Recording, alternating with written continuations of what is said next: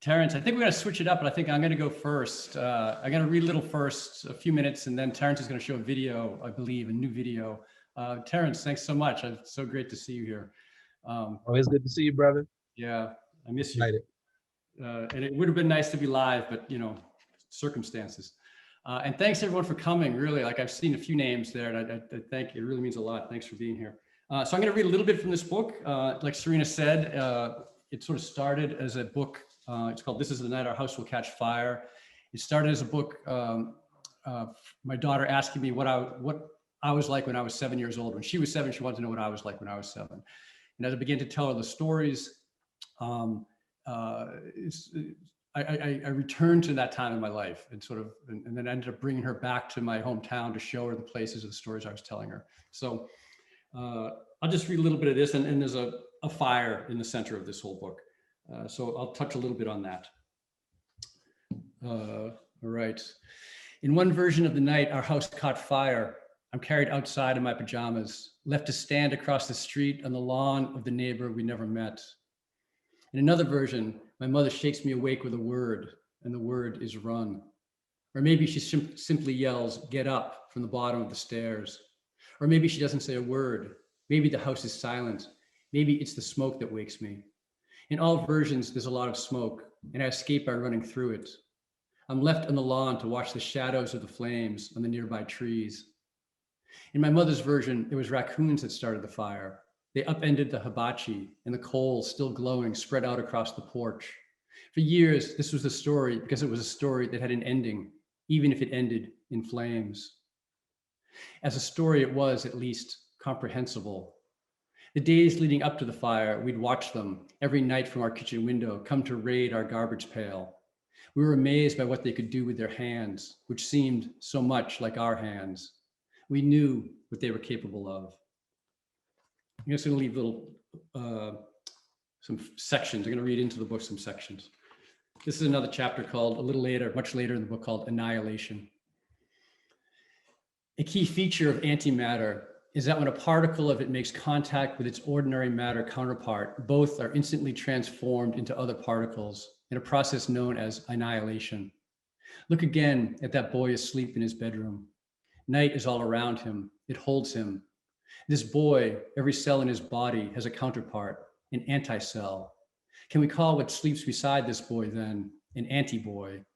Does the glass in his window, now framing the dark, have an anti-window? And his mother, wide awake downstairs, is she at this moment the mother, or is she the anti-mother? And later tonight, as smoke rises up the stairs, as it enters the room of the boy, what will happen? Will his waking be slow, or will it not be at all? Will the smoke close his eyes? Will it make the dark thicker? Here's the boy about to wake up. Here's the anti-boy, his hand on the door. When they meet, they will both be instantly transformed, and we will call it, yes, annihilation. And when the anti-mother tries to stop the mother from climbing the stairs through the now thicker smoke to wake him, will both of them also, yes, annihilate. Yet in daylight, she will once again be his mother. Intact, he will only smell of smoke, but he won't be smoke itself. I'll jump a little further into the book. It's called Plastic Cathedral. Each Christmas, my grandmother would take a plastic cathedral out of a box stored in the attic, set it up on a side table in the living room, and plug it in. It was about the size of a mailbox. If you wound it up, it would play Silent Night over and over. After a few minutes, the song gradually slowed, the notes spaced further and further apart, as if it were being beamed into the far reaches of outer space. A light bulb hidden inside made the entire thing glow. I never saw my grandmother go into a real church, yet this one was given a sacred spot. Christmas for my people is simply a reason to get drunk and weepy. My grandmother's cathedral was molded out of creamy yellow plastic, sold by a company called Raylight. The doors wouldn't open, the round stained glass window over the entry, the same yellow as the roof. It would appear right after Thanksgiving and remain until just after New Year's Day. For those few weeks, its light never went out, creamy in the early dark. I'd stop by it on my way to the bathroom, put my face close, peer into the opaque windows. I'd wind it and the song would follow me down the hall. And then I'll just finish with this piece. This is from a chapter called Asteroid.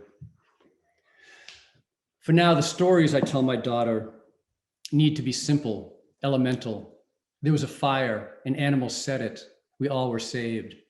I know it is incomprehensible.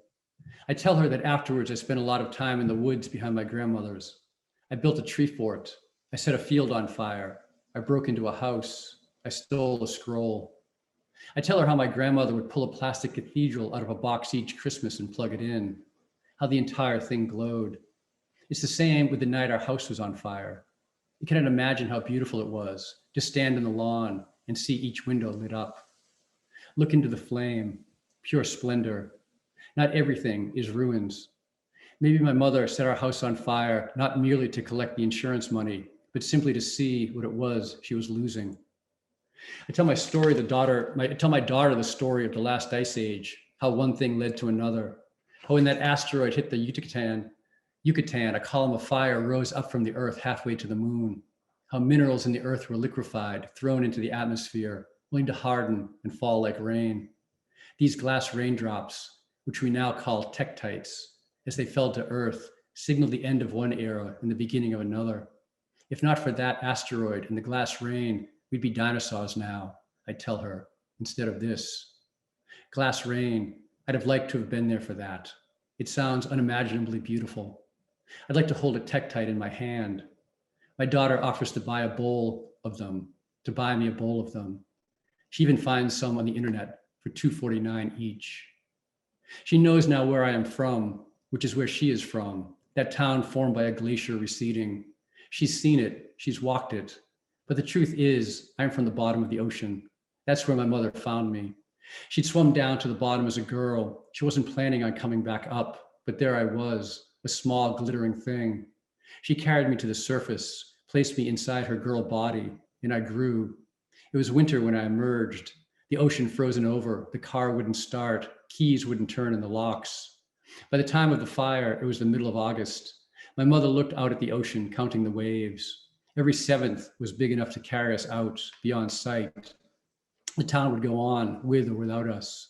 The package store bell would bong when a customer entered, yet it would always be the same customer. It would always be my grandmother. The bank would lock its vault each night, yet someone would always find a way to break in. The record store would still play the latest hit, and sometimes it was a song we still listen to. And I think it's going to be a long, long time.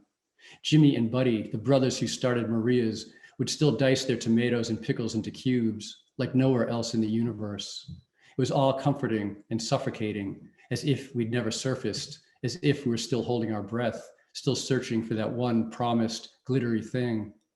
Yet here we are. It is all around us. Thank you. And now we'll go into Terrance and hear a little bit from Terrance. And again, if you have questions, feel free to put them in. Oh, go ahead, Terrance. So that was great. So let me just totally screw up everything.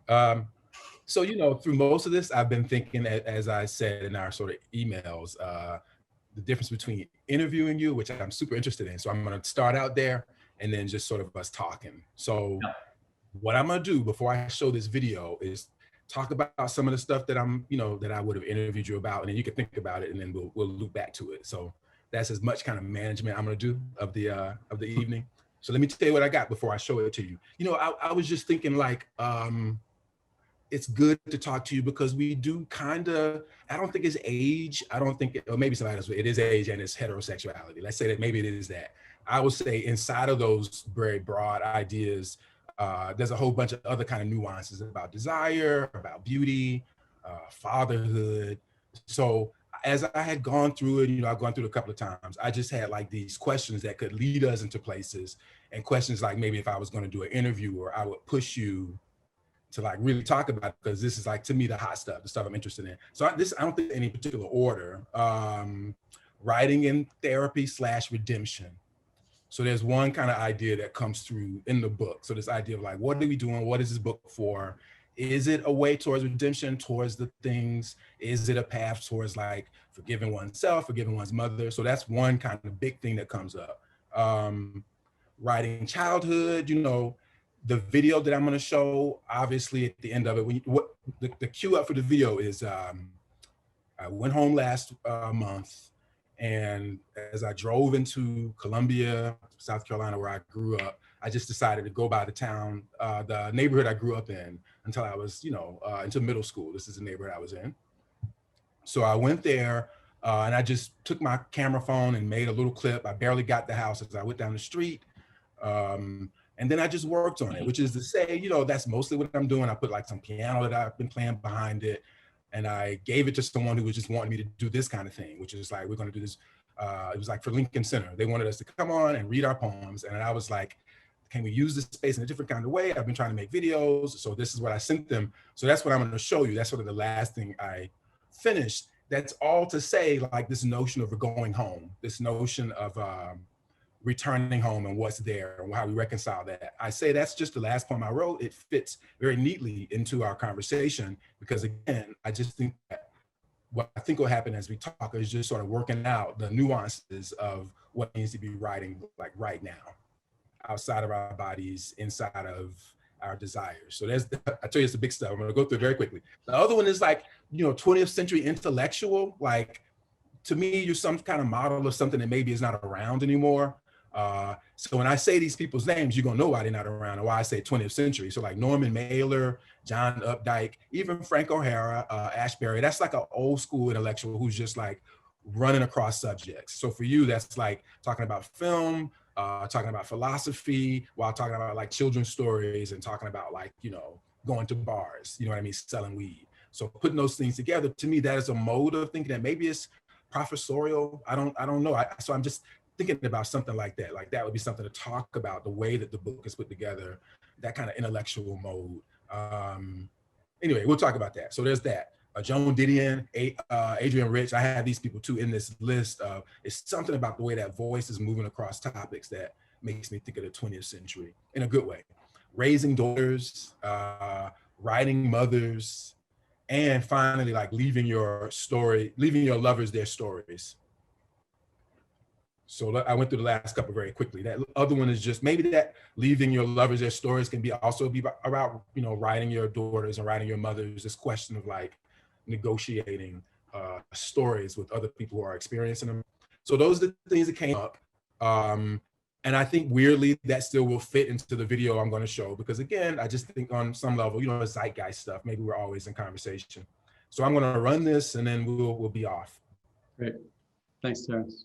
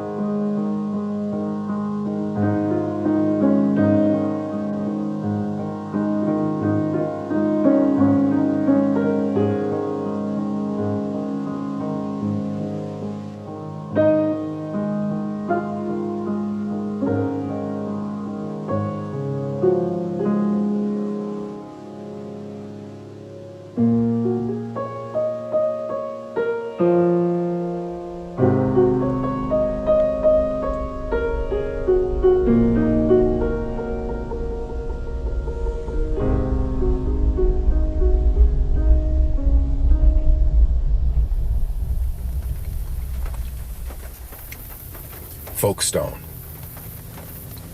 In my next life, let me be dear blackbird, born with a foot on the ass of all assholes.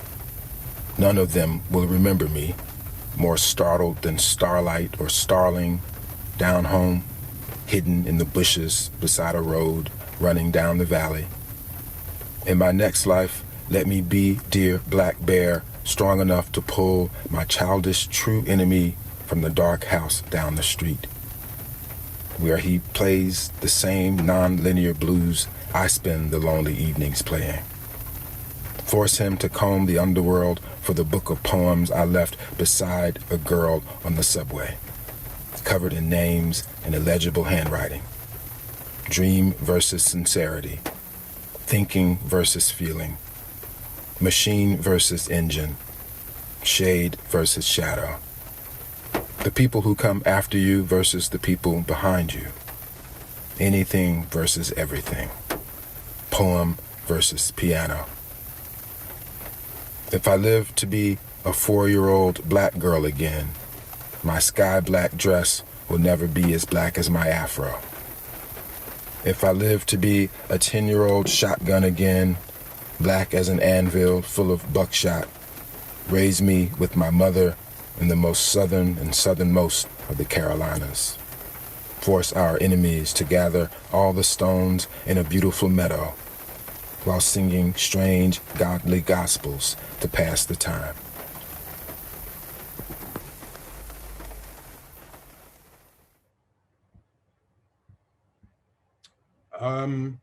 You know what? So like even there at the end, when it's like, if I live to be a 4-year-old black girl again, that makes me think of the little part about the edge of time and that notion of repetition, of coming back, of the same narrative. So, you know, it's just, I think those ideas are just there. I think it's something about the age, but I also think there's something about the sensibility too. Like, are you a Scorpio? I can't remember if you're a Scorpio or not, but you know, it's something in addition to.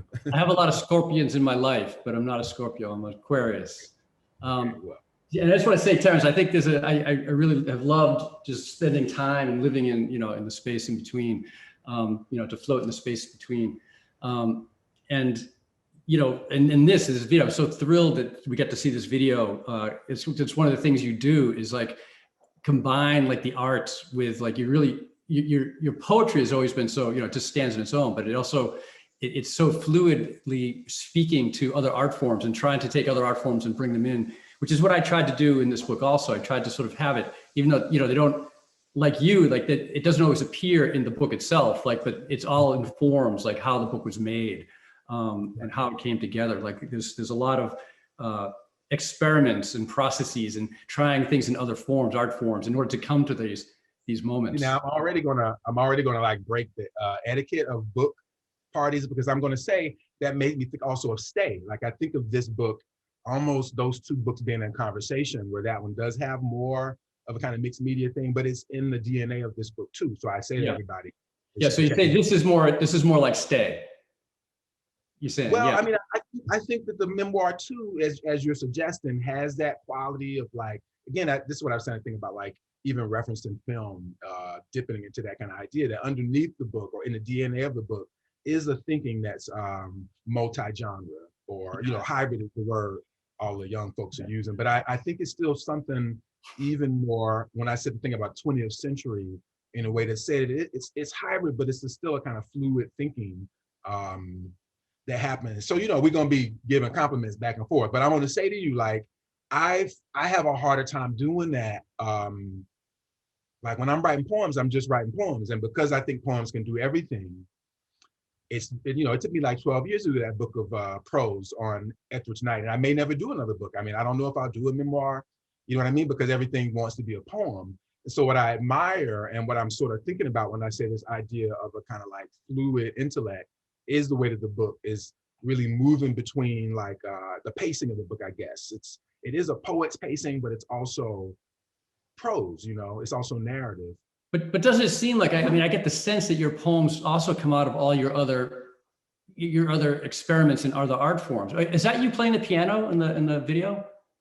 Yeah, you're like, you do the soundtrack to the video, you film the video, you have a poem in it. I mean, that's like a, you know, that's, And the poem itself could stand on its own, but then there's these other iterations of it that exist. And I know, like, a few years ago, you gave me that beautiful book that you had made for, the sonnets.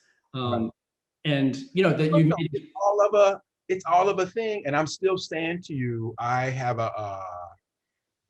I'm doing it because I can't do prose. So I'm saying to you, like, if I was a better writer, maybe I would be able to express all of the stuff that's happening visually or that I can't say in music. And so again, I'm trying to say it as a kind of admiration. I don't know how people feel about Patti Smith. We haven't talked about Patti Smith. So some people hate her, some people don't. But I think of her as being fluid like that. But in my mind, when I'm writing, I'm very stiff. Like if you ever read like Marilyn Robinson, I hope she ain't out there listening. Marilyn Robinson, she wrote Housekeeping, but have you read her essays before? They're very authorial and a little dense and a little bit like, like Sebald. So I'm saying to you, in my mind, I can't really write prose. So I have to do the other stuff. I have to do the other stuff as a kind of thinking about poems and a kind of writing. Does that make sense? Yeah, I mean, I'm not, I can't, I trust if you say you can't write prose, but I just read a book of your prose. I mean, so I'm It takes a long. I would rather be able to write in the way that I think of you adapting your poet skills and all the other kinds of intellect to book form. So I'm saying I admire it.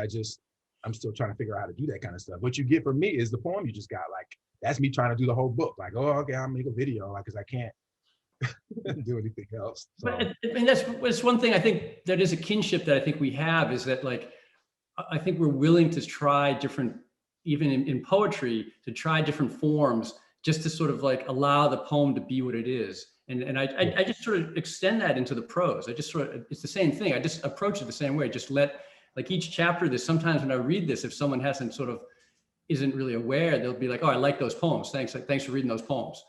And which I find sweet. I think that's good that these can be confused as poems. So. But this is going to cross a little bit into some of the conversation about like what you're doing inside of them. I guess I'm wondering about writing real people. Like, again, I say this as a person. This is, again, the interviewer who's not a writer. So for me to do that, like, I'm talking to you as a person who writes prose from that perspective. So I say to you, like, for me as a poet, I don't necessarily have those concerns. I don't know if you do in your poems, but thinking about it inside the book, obviously there's the big stuff. There's the big stuff of, well, the trauma that's always been there is kind of there in some ether. I think anybody that's read your work knows the core trauma that's built out of the image of the fire in the book. The other stuff, the more grown-up stuff, is both negotiating. I think of this as equal, even though maybe younger people would think one is more dramatic than the other. Negotiating being a father to a daughter. To me, that's a huge thing. And then negotiating, adultery, negotiating marriage, negotiating living with another grown-up that's, different than you. So to me, those are huge things that maybe, as I said, the core thing people know. But when I read those things here in front of me in a way that they're not in the poems all the ways, I say to you, this idea of like, how do you negotiate like leaving your lovers their stories while telling it, Yeah, that's such a, like, it's such a tricky line to do that, and I don't think I always do it well. I think I've had the experience of having things written about me also, which I actually, and it's I agree with what someone else has said, that everyone is entitled to their own version of the story. Everyone is entitled to however they saw the thing. And I can take that in, and I might not agree with how things have been represented, but I understand that's how someone else has seen the world. And so and the reason, like, sort of in this new book here, like, I sort of was thinking, I took some notes, like, you're taken from your book. Sometimes one does not desire subtlety. You have a whole thing on desire in the Etheridge Knight book. Desire gives shape to what has and to what might have happened. And a lot of the book I think probably a lot of my work is like yours, is trying to navigate desire, what desire is and what that engine is of, like, driving us through life, and the beauty of it, and also the danger of it, and what happens when it's, recklessly or or carelessly pursued, or just sort of like surprises us. It sort of like sneaks up on us, and it's as real as anything. I think desire is as real as any reality that we have. So when I'm writing this book, like it's interesting when you're writing nonfiction compared to poetry. Like you said, like in poetry, there can be these glimpses of things that have happened. There's a glimpse of a fire. There's a fire that sort of happens, and then it sort of goes away, and it appears in, another book later. Suddenly there's another fire. I mean, there's been a fire in every one of my books, but this is where I decided, okay, I'm going to tell you the story of the fire. And doing that was really hard. It was really difficult to psychically to go into it and really like give a name to the characters and say, my mother set this fire. Like that was like, I had to do like, whatever money I made from this book, which wasn't a ton, all went to therapy. Like it's all, like just to get to the point of writing this book, I had to like do a ton of therapy to like to say that sentence. Where it appeared in glimpses in other books. It appeared like, and I sort of like it sort of just went away. It would come and go, and I could sort of feel I had approached it. But to really go into something deeply, but that meant also that other people came in. Like that was when I was a kid, but how is it manifesting now in my life? How is that like that trauma from my childhood? What is it? What did I become from that?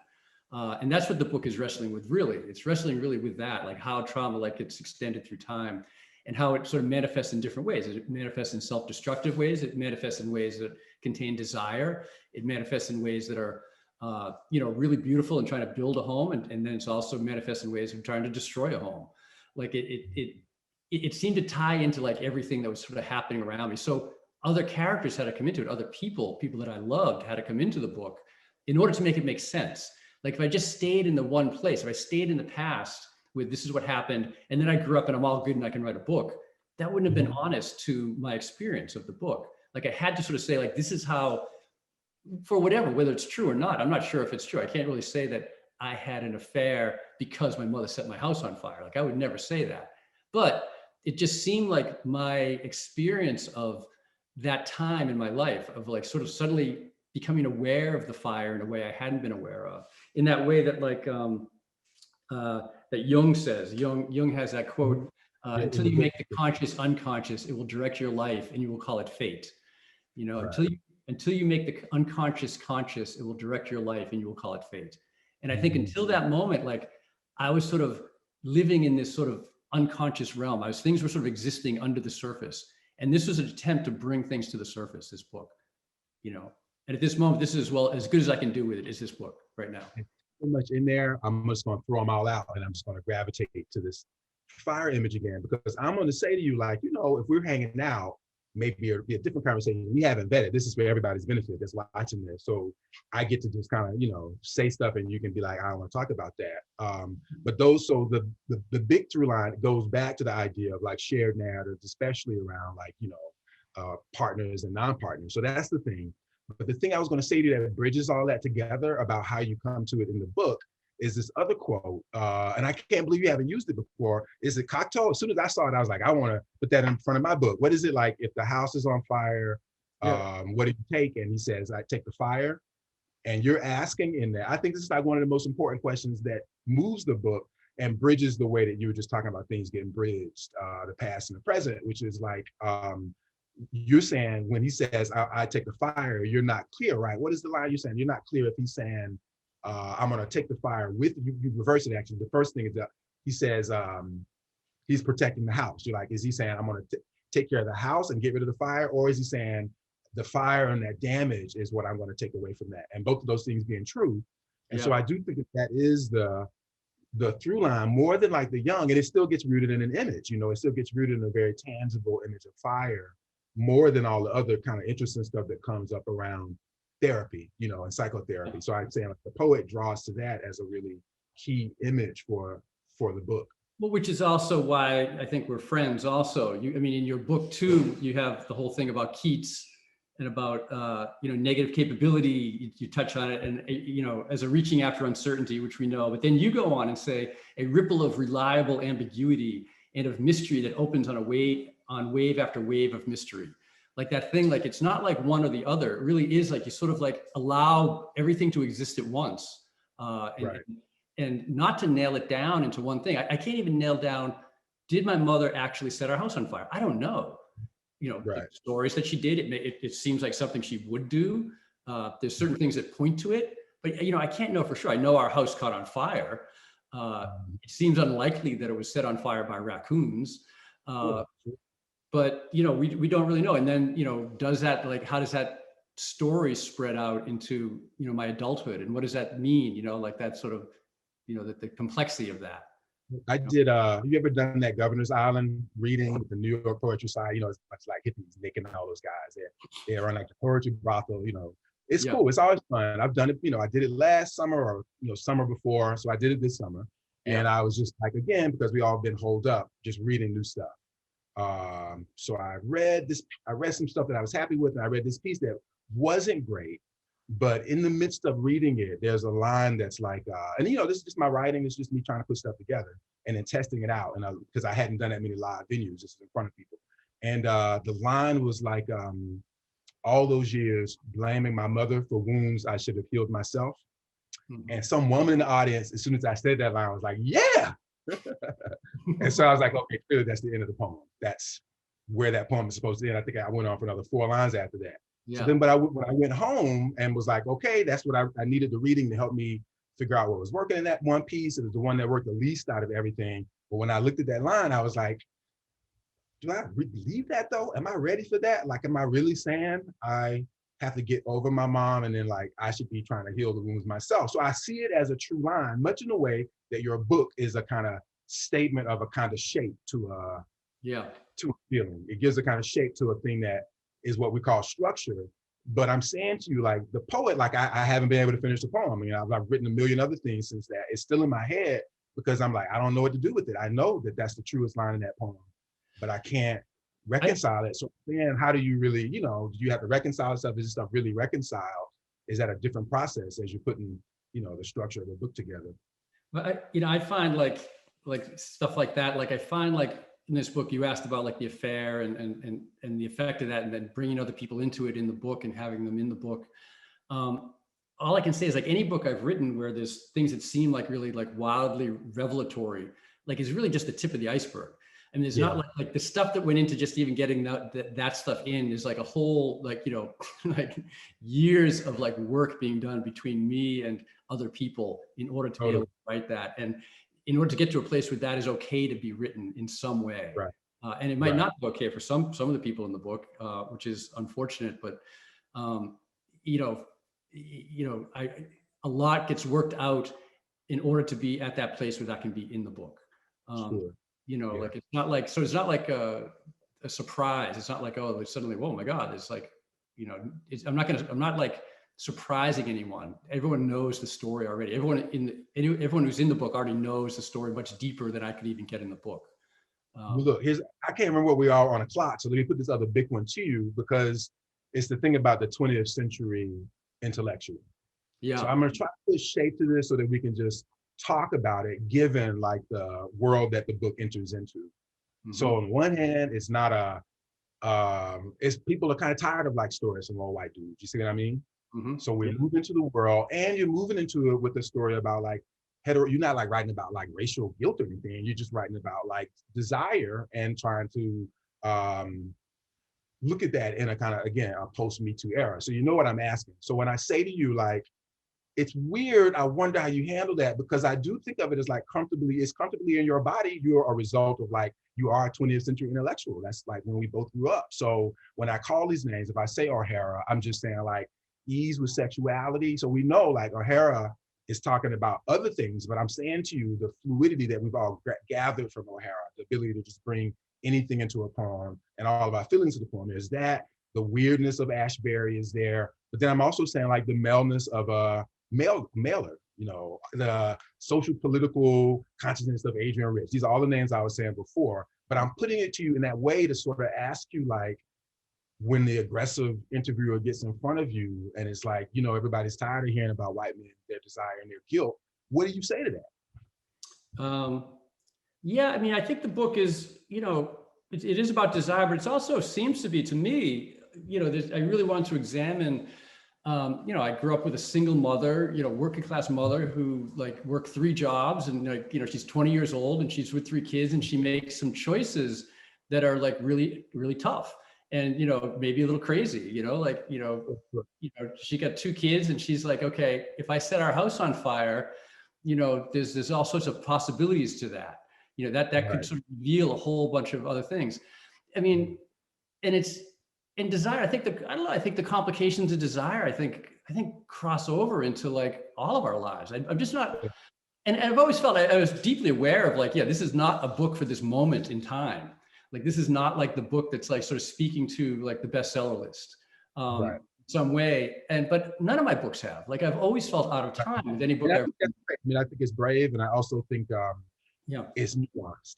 Like, if the book were to fit, it's nuanced. If the book were to fit in some kind of niche, you know, we wouldn't be, I don't think we'd be talking, you know what I'm saying? We wouldn't be having a conversation. So I think it's true. It's a little closer to the bone, but it isn't a water. It is entering into a water that you just got to be able to answer those questions, you know? Yeah. I mean, when I wrote like, you know, Some Ether, like, you know, this is sort of post-confessional book of poetry, my first book of poetry, which you and I met at that moment, you know, like I think both our books came out at that moment, our first books, which is like beautiful, like 20 years ago, more than 20 years ago now.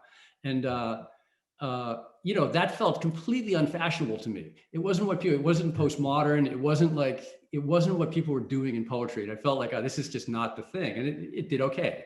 And then Bullshit Night in Sex City, when it came out, you know, it was like in the like early 2000s when just the economy was booming and like people didn't want to talk about homelessness. It wasn't a thing that people wanted to talk about. So I'm like, this is also not what people want to say. So I just try to trust whatever, and I think any artist needs to trust whatever's inside them to.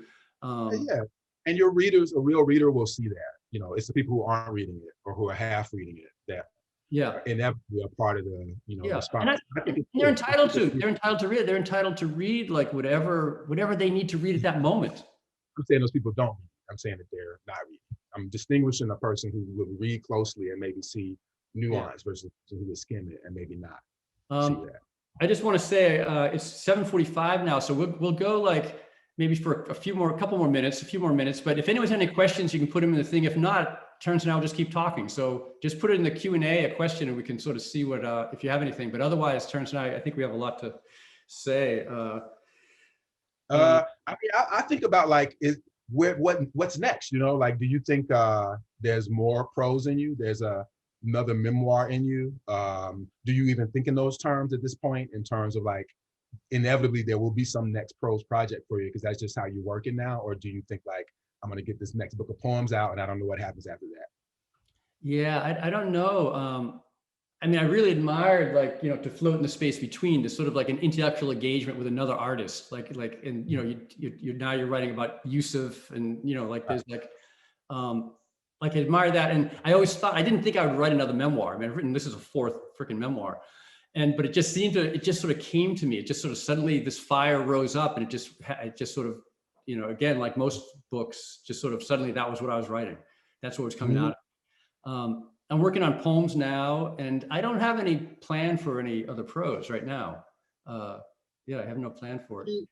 Here's another question about me before people start. I see 2 questions that are going to be queued up in a second. Let me ask you this about like, writing. I mean, it's not explicitly about mental health, but I want you to talk about it. I mean, you know, shame, guilt, obviously it is mental health, but nobody's going to pitch the book that way necessarily. So I want you to talk a little bit about how you think of a book like this, relationship to mental health in a post-COVID era, where I say to you, it's going to be a thing. Even people's ability, I mean, it's a separate thing about people's ability to sit down and actually read, but I'm just saying broadly about how you think about mental health coming through the book and how that might be something, another way to think about what the book is coming into in terms of the world. Yeah, the book, I mean, I sort of touch on it in the book. I mean, well, it goes into it, but I touch on the term PTSD, you know, coming from, you know, that my experience at the fire as a kid.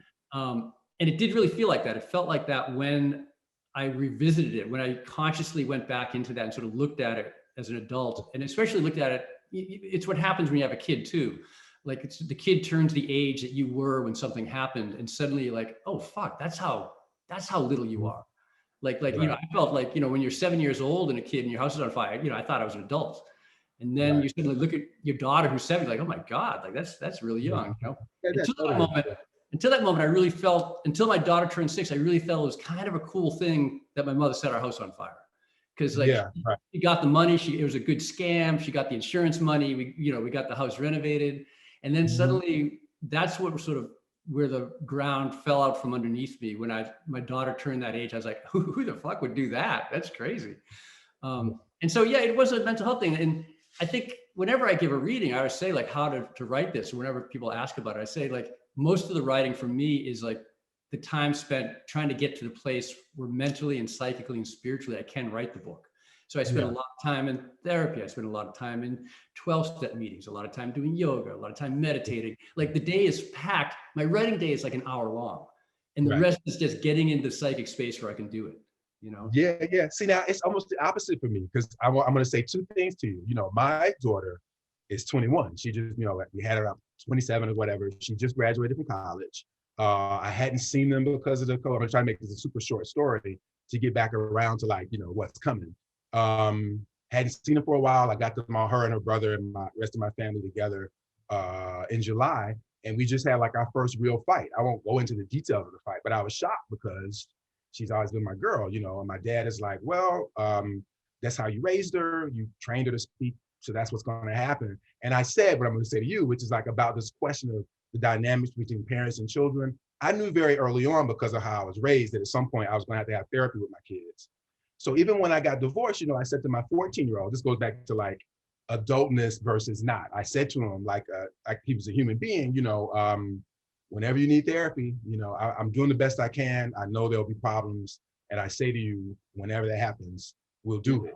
So that was sort of my attitude about the whole thing, except this summer, they were like, we got to get therapy. So we did it, we did it like last week. And I just kept saying, they become, sentient beings so much sooner than you realize. Yeah. So you were in some ways, when you were 7, you were mostly conscious. You were conscious enough of certain dimensions anyway that your child is too. I'm just saying like, I'm at a position where all of that consciousness that was really there, even as you tell her the story or she hears about the book and reads it, it is like a chicken's coming home to roost kind of thing. I'm not saying it's in a bad way. I think it's a beautiful thing when your children become, when they want to reconcile everything you've done as a parent and as a person. So I'm like, I'm totally shocked is what I'm saying to you. It's where I am right now. And I'm like, I'm just warning everybody, the kids. It's the good news. The bad news is that, they wouldn't exist without us. And yet then they have to sort of wear the burden of who we are because they're part of, And you want them to be strong, but that means they got to ask you about everything that you've said and done, So I think I'm the first of our wave of friends that has, somebody that's like graduated from college, so I'm like, holy smoke, this is like a whole other frontier. I got to raise an adult. I'm not raising a child anymore, or something with them. Even raise is the wrong verb. So I'm saying they are paying attention as much as you were paying attention at 7 to that fire. Daughter's paying attention too. So you'll hear about it. Yeah, let's look at a couple of these questions. I'll just look at one. Can you read your new book first or start with Suck City? I think you could read the new book first. I don't think you have to start with Suck City. Doing different things, very different. In the Suck City is more about my father. This is more about my mother. So I think you could read this new one. And then have you read anything recently you'd recommend? I mean, I've been reading this week. I've been reading Terrance's last book. I would definitely read Terrance's book about Etheridge Night, to float in the space between. Just say that thing's out there, I'm like, somebody, they'll find it. That's how I deal with the prose, man. I'm like, somebody will find it in 5 years and I'll be cool. Yeah. Etheridge is really important to me as a writer too. Like he was like one of the first ones for me as a poet. And I got to see him read too. I mean, I wish there was a world where he could have written a memoir like this. You know what I mean? Yeah. Like you can imagine, or the next getting access to something like that because of this book. But yeah, he would have loved the book, and I totally think the sensibility of the book lines up with who he was too as an artist and poet. There's one last question. We'll just get to it. Now this will be the last thing. I wonder if you two could talk about the line writers have to walk dividing considerations for people in the stories we tell and maintaining the integrity, honesty of your own expression experiences and how you confront this divide when writing about personal matters that intimately involve others. My only answer to that is like to try to write as compassionately as possible for the other people, anyone who else is in your book, to try to sort of like not to write in a way that's malicious in any way, but as compassionately as possible, which doesn't mean like, pulling punches or not revealing like when people make mistakes, but just sort of like with compassion. I mean, I try to do that. It doesn't always work, but that's all I can really say, is it really not to go in like to grind an axe or something. That's what I would say. So I'm going to give you the poet's answer that picks up on that last thing I said. So the day I worked on the 5th poem about my relationship to my daughter. They've all been terrible. This is my answer to the person about like negotiating this from a poet's perspective. And so the one that kind of evolved or has come together the last few days is suddenly about a goat. So it's this whole thing about a goat following a flower vendor around, and the goat's eating the flowers and then it's shitting flowers, and there's other things that are happening in it, and cashmere, and a child that sort of sounds like a goat. And at one point, there is a line in it. You asked me how it got here. It was like, it essentially says, "I'm sorry I haven't been a better listener," which is what my daughter said in the midst of our fight. So it's for her. But the poet now, like, I took that line out and I was like, okay, it's going to be a goat poem. Forget my daughter. And then it's like, wait a minute, that's what I'm trying to write it about. So I was saying to that question, for me, the poet is always negotiating, like, it's like the truth and beauty kind of Keatsian dynamic. And I find though, like if I go too much into the beauty, if I just let it be about goat, that kind of gets too indulgent. Yeah. So I'm always trying to like look in the direction of something like integrity, of something like, it's what I was saying about like being able to write about the fire and being able to write about your mom. The presumption isn't that like it's fully healed. It's just we're witnessing someone trying to give shape to a thing. Yeah. So I negotiate. I mean, it's because I'm reading the book. It's because I'm always struggling with that line of like pure indulgent, be in my head fantasy, and then reconciling with stuff like, oh, my daughter's mad at me. I should try to write a poem about her and explain to her like who I am and where this stuff comes from. All that stuff is in the poem. Like people who have been loved poorly may or not be able to love, or may love poorly. But over the course of writing the poem, as I sit here, that line's out of it. Some other lines are out of it. It ain't done yet, but I'm saying to that question, I think I wouldn't say I'm comfortable with it, but I wouldn't be able to do that as a prose writer. I wouldn't be as fluid between beauty and truth, indulgence and like fact. Yeah. I think it's a luxury that maybe a poet like myself has, even if I'm trying to always get back to something with integrity. Yeah, that's beautiful. I think we could end on that. It's a beautiful way to end, I think.